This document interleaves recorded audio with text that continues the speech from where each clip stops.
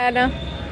नमस्कार, DD news Bihar देख रहे हैं और मैं हूं आपके साथ शिवानी। बता दें, कटिहार बारसोई में गोलीकांड को लेकर उनके परिजनों से मिलने के लिए पहुंचे। आपको बता दें कि लोक जनशक्ति पार्टी रामविलास के राष्ट्रीय अध्यक्ष चिराग पासवान बारसोई पहुंचे और वहां पर कटिहार गोलीकांड में सोनू शाह के परिजनों से, परिवार वालों से मिलने के लिए चिराग पासवान कटिहार पहुंचे। इस दौरान आपको बता दें कि परिजनों से मिले, वहीं पर परिजनों से बातचीत किए। इस दौरान सांत्वना भी देते हुए नजर आए, पर चिराग पासवान ने सभी से मिलकर ये उन्हें तसल्ली दिलाने की कोशिश की। जिस तरीके से बताया जा रहा है कि कटिहार गोलीकांड में यानी सोनू शाह के परिजनों पर कहीं ना कहीं पुलिस प्रशासन द्वारा धमकाने के काम किए जा रहे हैं। इसके बाद से कहीं ना कहीं खौफ के मंजर से गुजर रहे हैं। इस पर आपको बता दें, चिराग पासवान ने कहा कि प्रधानमंत्री से लेकर मुख्यमंत्री तक ये अर्जी हम लगाएंगे और इस पर जांच की मांग करेंगे। यहाँ तक उन्होंने कहा कि कटिहार गोलीकांड में सीबीआई से जांच करवाने की मांग जोरों शोरों से उठ रही है। चिराग पासवान ने कहा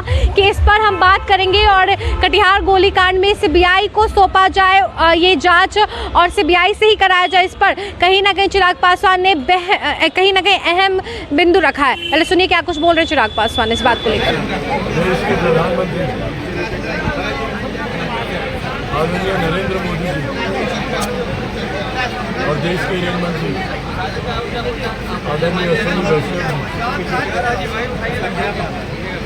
का जमुई की जनता ही नहीं, बिहार प्रदेश की जनता ही नहीं, बल्कि पूरे देश की जनता आज के इस ऐतिहासिक दिन पर आभार प्रकट करती है। जिस तरीके से देश के कोने कोने को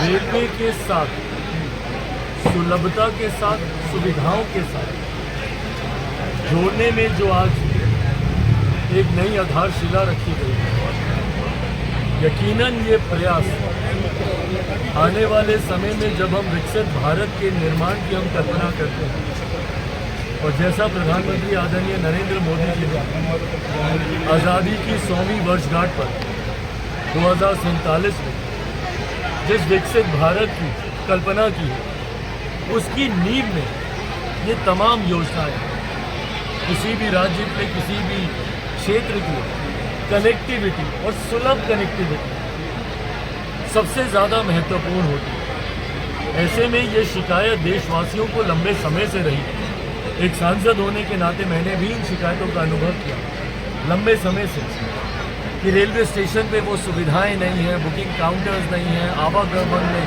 कठिनाइयाँ होती हैं, यात्री शेड नहीं है, बैठने की व्यवस्था, पानी जल पीने की व्यवस्था, तमाम तरीके की कठिनाई जो दिव्यांगजन हैं उनके लिए तमाम तरीके की कठिनाई रह कर ये सामने आती है। ऐसे में यकीनन ये एक ऐतिहासिक कदम है। जिस तरीके से अमृत रेलवे स्टेशन ये नींव यहाँ से रखी गई है और आने वाले दिनों में जब इन रेलवे स्टेशन का पुनर्विकास होगा, रीडेवलपमेंट के तहत जब तमाम आधुनिकीकरणों से, तमाम सुख सुविधाओं से लैस, और इस बात को कहने में मुझे नहीं लगता कि हमें से किसी को भी कोई संकोच है कि ये वर्ल्ड क्लास रेलवे स्टेशन बनने जा रहे हैं। अभी तक ऐसे रेलवे स्टेशन शायद विदेशों में ही हम लोगों ने देखे होंगे। वाईफाई से लैस, बैठने की सुविधाएं हो, कैंटीन की सुविधाएं हो, शॉप्स हो, इंफ्रास्ट्रक्चर हो, पैदल चलने की सुविधा हो, लिफ्ट्स हो, इन तमाम तरीके की सुविधाओं से लैस ये रेलवे स्टेशन देश भर में आने वाले दिनों में हम लोगों को देखने के लिए मिलेंगे।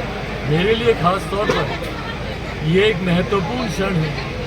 मेरे नेता, मेरे पिता आदरणीय रामविलास पासवान जी ने भी जब रेल मंत्री के तौर पर जब उन्होंने देशवासियों को अपनी सेवा दी थी, उस वक्त उनका भी ये सपना रहा था कि देश के रेलवे स्टेशंस को मॉडर्नाइजेशन की तरफ बढ़ना चाहिए। सीमित समय में उनसे जितना प्रयास हुआ उन्होंने करने का प्रयास किया, पर आज वो जहाँ कहीं हो यकीनन उनकी आत्मा को शांति मिलेगी ये देखकर कि उनके सपने अब धीरे धीरे धरातल पर मौजूदा प्रधानमंत्री आदरणीय नरेंद्र मोदी जी के प्रयासों से धरातल पर उतर रहे हैं। एक सांसद होने के नाते और आज जब मैं जमुई में मौजूद हूँ, मेरे लिए यकीनन एक बड़े उत्साह की बात है कि मेरी लोकसभा के अंतर्गत दो ऐसे रेलवे स्टेशन को लिया गया, जहाँ कई ऐसे राज्य हैं जहाँ पे सीमित रेलवे स्टेशन हैं, बट वहीं बिहार में अगर आप देखें तो दो रेलवे स्टेशन को अमृत भारत योजना के तहत इन रेलवे स्टेशन को लिया गया, जहाँ पे जमुई और सिमुलतला का रेलवे स्टेशन। जमुई में यकीनन मुझे निरंतरता में साथ सहयोग मेरे साथी, मेरी छोटी बहन, यहाँ की माननीय विधायक श्रेयसी जी का मुझे मिलता है।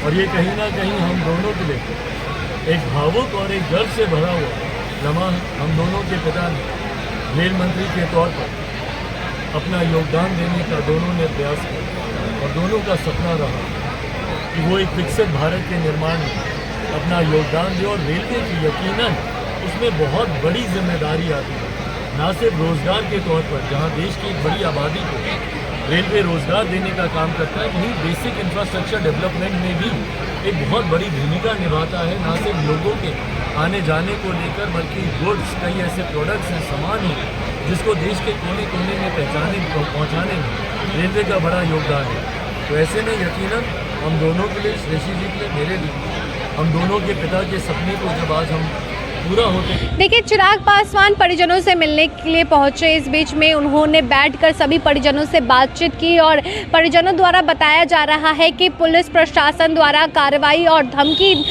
दी जा रही है। कहा जा रहा है कि उन्हें झूठे मुकदमे में फंसाया जा सकता है और उन्हें बार बार धमकाने की कोशिश की जा रही है। ऐसे में चिराग पासवान ने सांत्वना दिया है और कहा कि हम जाँच पड़ताल करेंगे और इसकी अर्जी हम मुख्यमंत्री के पास या प्रधानमंत्री के पास लेकर जाएंगे और कहीं ना कहीं कटिहार गोलीकांड में सीबीआई से जांच करवाई जाए, इसकी भी मांग वो उठा सकते हैं। चिराग पासवान ने कहा कि परिजनों से मिलने के बाद उन्हें सांत्वना दी और जिस डर के या खौफ के मंजर से वो लोग गुजर रहे हैं, ये सोनू शाह के परिवार वालों में कहीं ना कहीं प्रशासनिक खौफ भी देखने को मिल रहा है, क्योंकि उनका मानना है कि परिजनों को गलत मुकदमे में फंसाने की कोशिश की जा रही है और प्रशासन द्वारा धमकी भी साफ तौर पर मिल रही है। हालांकि चिराग पासवान ने यह सांत्वना देते हुए साफ तौर पे कहा है कि जांच होगी और हम लोग अपने पूरे तरीके से इस पर इन्वॉल्वमेंट दिखाएंगे, यानी कहीं ना कहीं जो भी संलिप्तता है उस पर जांच करवाई जाएगी। सीबीआई को भी कहीं ना कहीं इसमें लाया जाएगा। इस पर